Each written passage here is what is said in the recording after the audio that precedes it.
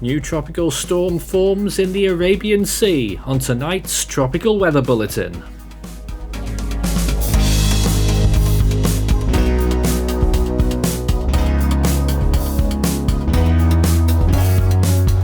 And now the latest around the wide world of tropics. Tropical Weather Bulletin for June 6th. Around the world right now, a new tropical storm as mentioned, and possibly another one on the way in the Western Pacific Ocean. 21 storms have now formed so far this year. We're unclassified on our TCOS code because neither of these systems are a threat in the next 7 days, but beyond that, possibly. Day 6 of Atlantic hurricane season, and not much going on here right now, although curiously the National Hurricane Center have designated the 10% on the right hand side there, not far from the Azores in the subtropics. It's a very small chance of formation there, and it's likely to be gone within 48 hours. Day 23 in the Eastern Pacific, and things still look relatively quiet here. A few thunderstorms brewing in the intertropical convergence zone, but in general it is fairly quiet. Perhaps a slight bit of rotation on that system further west there, but likely to die off soon.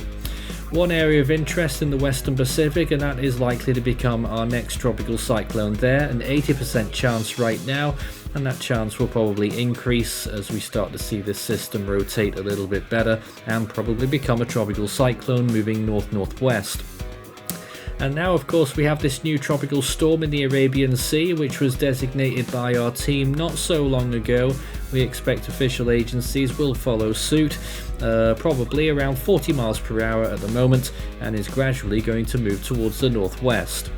Satellite imagery looks like this in the past 24 hours, not too much to look at there. A few thunderstorms and high rain rate areas over the African rainforest zone there, and quite a few rainstorms occurring over the Indochina region and towards Indonesia.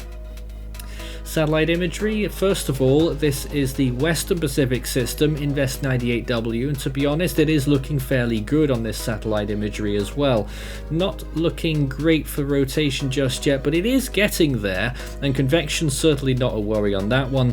Where we expect the center will be, it's been in and out, but on the southern side of it there, a lot more convection, going well into the minus 80s in terms of cloud top temperature. Northern side looking a little bit bare, western side has got some consolidation to do regarding its circulation as well. Here's the Indian Ocean system, Arabian Sea. A better look at this now, and you can see just how well it's been looking there. A little bit generous satellite imagery there, considering that they are longer time span than the Western Pacific ones, but certainly looking very good. Got some good circulation there, which has been confirmed by ASCAT, and now estimated winds up to 40 miles per hour, which would make this, of course, a tropical storm with that convection which is blowing up nicely. Sea surface temperatures around that Indian Ocean system, very warm, look at that. And over at the Western Pacific right now, you can see that other one too. You can find all of those products on the Force 13 website. Eastern Pacific as a whole then for sea surface temperatures, that sweet spot there south of Mexico looking very good, well into the 30s, 32 degrees Celsius. The Atlantic really starting to get warm now as well, particularly the Gulf Stream and along the coast of Texas and Louisiana above 28 degrees Celsius. Caribbean looking good, Bahamas looking good as well. Main development region is very quickly getting to the standard that we expect as well. Western Pacific looks like this at the moment, and you can see actually quite cool in comparison to what it has been in recent weeks.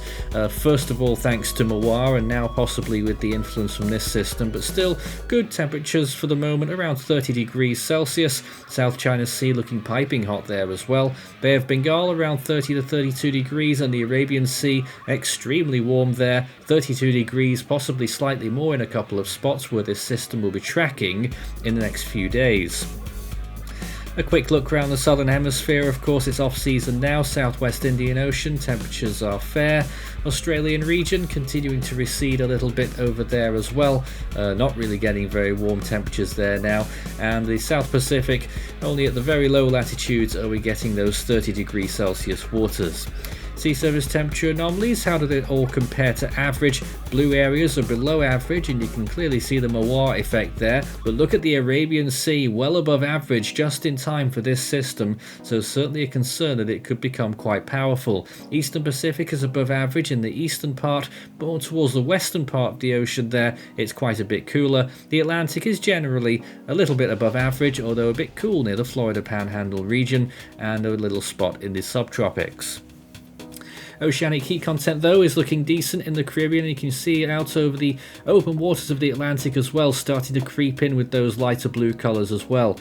Eastern Pacific I think has actually regressed slightly in the last couple of days there, but still decent amounts. It's certainly better than what we were looking at last year, so I would be on guard right there as well. Western Pacific looking good with extremely high oceanic heat content off the coast of the Philippines. So this is what the GFS has in store for this Western Pacific system. It eventually forms there around the 7th or the 8th, has tropical storm force winds before it manages to close off that circulation, and then it really starts to strengthen and becomes a substantial typhoon, quite a large one as well, getting towards probably category 3 status on that forecast is what I would suggest, but certainly a large system, this one, once it gets itself going, so it may be slow to form, but once it does go, it'll be a bit of a snowball effect. And this is a different tale in the Arabian Sea, a comparatively small system, and you can see significant fluctuations in intensity on this GFS and a lot of trichoidal wobbles as well, but eventually it does get itself going. GFS forecasting a category 4 out of this in the northern Arabian Sea before it eventually starts to make a run towards the Arabian Peninsula, which we'll see in the later part of this model run. But first of all, in that next 5-day period there, possibly a category 4. Rainfall amounts from this system as well. This is out to 7 days, and at the moment we're not expecting really any significant rainfall over land over that time, but just take a look at some of that rainfall out at sea where it stalls for a little bit, but extremely high amounts of rainfall, getting up towards 50 to 60 inches over there over the open waters. Thankfully no land areas in that zone, and it's just short of Oman there by the time we get to day 7, 0.6 inches in 1 or 2 spots there along the coast. So a little bit of time needed before we see exactly just how much rainfall we'll see along the coast there of the Arabian Peninsula, and possibly the storm may still even move further north of that as well. I think other models, the ECMWF earlier on, had potentially a Pakistan landfall actually, so who knows where this one might end up going.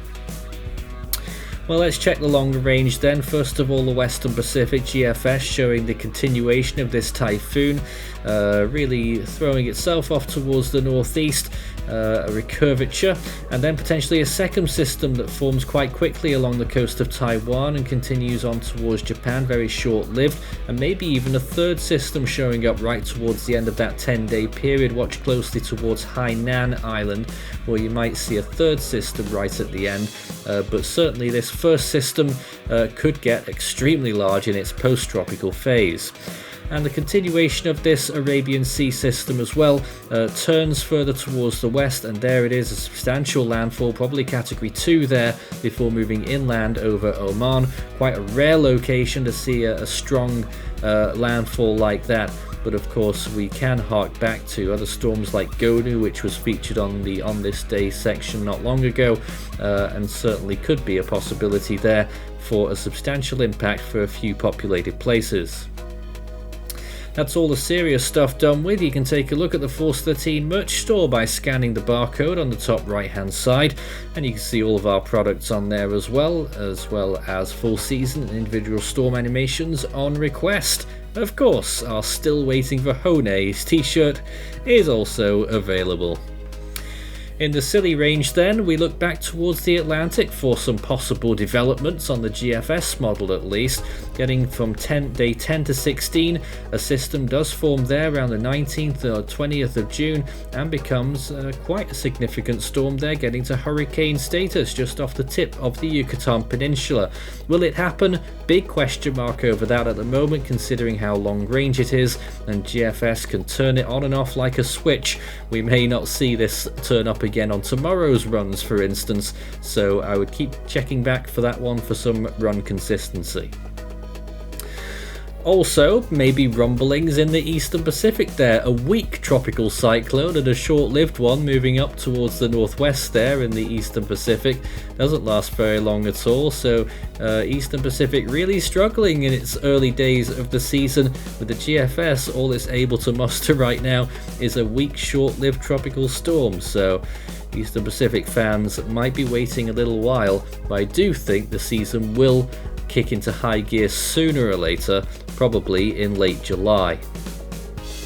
You can talk about all of this and more general discussion on our Discord server, discord.gg/force13 for tropical and general weather chat. With over 3,400 participants over there, it's quite a party house. Well, on this day, it was June 6, 2015, when we were covering the second peak of Hurricane Blanca, which was a Category 4 at both peaks.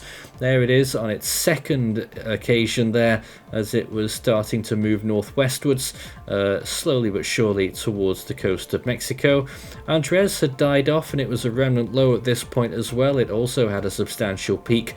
Two big hitters in the early days of the 2015 hurricane season in the eastern Pacific. Elsewhere on this day, the tropics were quiet around the world. Back to today then, and 8 years since that massive El Nino year 2015. Brett is the next name in the Atlantic. In the eastern Pacific, we're still waiting for Adrian, and in the central Pacific, of course, Hone is probably going to be engraved in stone at this rate it's going to take before we actually get it formed. In the western Pacific, though, the next name on this 5 is Guchol, and in the North Indian Ocean, it's Biparjoy, which should probably get named now, but the IMD, for instance, have only just recognised it as a low-pressure area, so I think we might be waiting for a bit before they actually name it. In the Australian region, Jasper is coming up next, Southwest Indian Ocean, Gezani if it happens before the end of the month, and in the South Pacific, it will be Lola. That's all from tonight's Tropical Weather Bulletin. We'll be back again tomorrow night.